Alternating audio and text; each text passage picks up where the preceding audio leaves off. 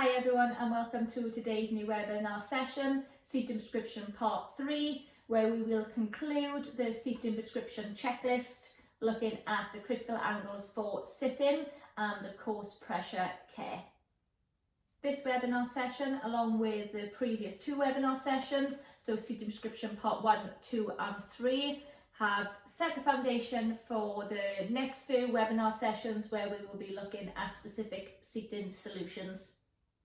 As always, you know how to contact me if you have any client-specific queries or if there are any specific topics you want to be covered in future webinars. Thank you and enjoy.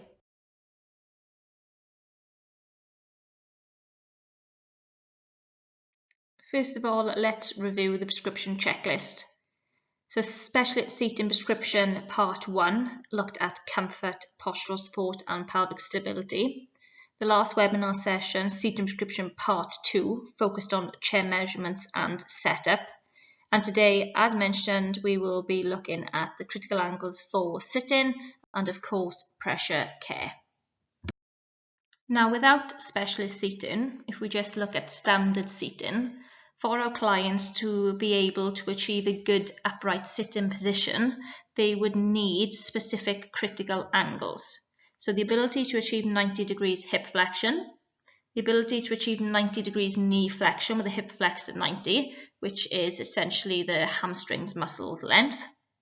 They would also need good abduction and adduction range at the hips, with the hips flexed at 90 degrees, to be able to achieve a midline position at the thighs, and good foot movements so that they can obtain full support and a plantigrade position. Clients who are referred to us for postural management and seating intervention may be unlikely to achieve these critical angles for sitting. So then we are posed with the challenge of correcting or accommodating. Now, this will be totally dependent on the client, as we know, and based on the outcomes of the assessment. But as a brief guideline, if we are able to correct the posture, then we do so through using specialist seating. If we are unable to correct, either due to discomfort or fixed postural deformities, then we do need to make sure that we accommodate posture to reduce the risk of further deterioration.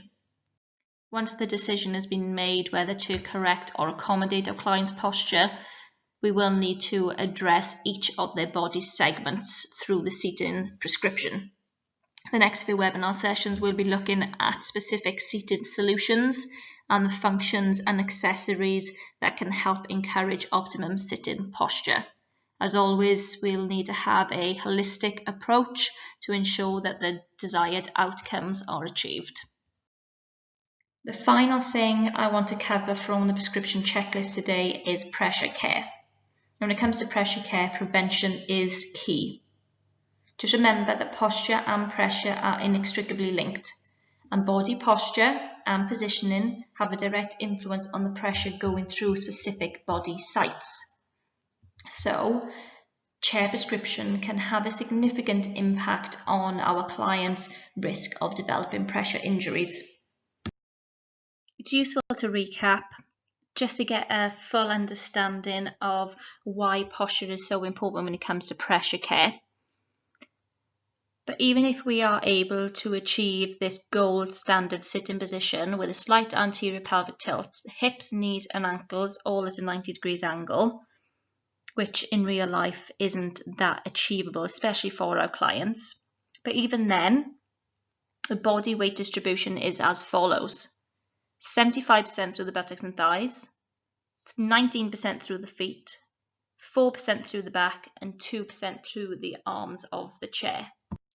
To put this into perspective, if we are working with a client who has insufficient foot support, where does 19% of their body weight go? They could suddenly have 94% of their body weight just going through their buttocks and thighs. And if this client is unable to achieve pelvic stability and is presenting with a pelvic obliquity, for example, they could have that 94% of their body weight just going through one side of their pelvis. And then we wonder why clients are at risk of developing pressure injuries. It's also worth being mindful of high risk pressure areas too. For some of our clients, that could be the back of the head, the scapulae, the elbows, the sacrum, the hips, the buttocks, the back of the knees and the heels. So it would be important to check these areas or inquire about them during the assessment process. There are intrinsic and extrinsic factors that come into play when it comes to pressure care. Now, intrinsically, as clinicians, we may not have a direct impact or influence on these, and we may actually need to signpost or refer clients to other organisations or professionals who have greater clinical expertise in that particular area, such as diagnostic testing and diagnosis, treatment and management plans, medication, nutritional status, and continence. However, when it comes to physical considerations, such as the client's posture, this is where our seated prescription can have a critical role. And now extrinsically is where the chair and its accompanying care plan really do shine. It's about ensuring appropriate equipment selection, which includes the chair functions and accessories, ensuring appropriate pressure redistributing material, not only the cushion itself, such as air, gel, foam, or our very own water cell technology, but also the fabric.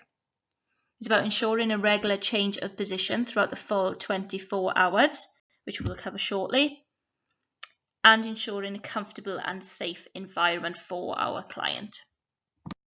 The body can only withstand high interface pressures for a very short period of time, and it's when the pressure isn't regularly relieved that pressure injuries can develop. So it's important that we know it's not just about finding this one perfect posture. We actually need to ensure that our clients move through a range of different postures, changing their position throughout the day. When it comes to repositioning, the care plan will be an extremely critical tool as part of the handover process to ensure that the client and the support network understand how and when to change position. Now, this could be done through different pieces of equipment throughout the day and night. These webinars are, of course, focusing on specialist seating. So if you do need further information on postural management, then please do get in touch. That specialist seating itself can actually help our clients to reposition, especially with weight distribution and changing that throughout different parts of the body. Repositioning the body against forces of gravity in different degrees of tilt has been shown to redistribute pressure and ultimately reduce risk of developing pressure injuries. Small tilt under 15 degrees can adjust pressure distribution through the back. Greater posterior tilt of over 20 degrees can reduce pressures under the pelvis. More recent research has suggested that a 25-degree tilt combined with a 120-degree recline can be more effective in providing both muscle and skin perfusion at the ischial tuberosities. Always be mindful that back angle recline and tilt in space must be safe and appropriate for the client.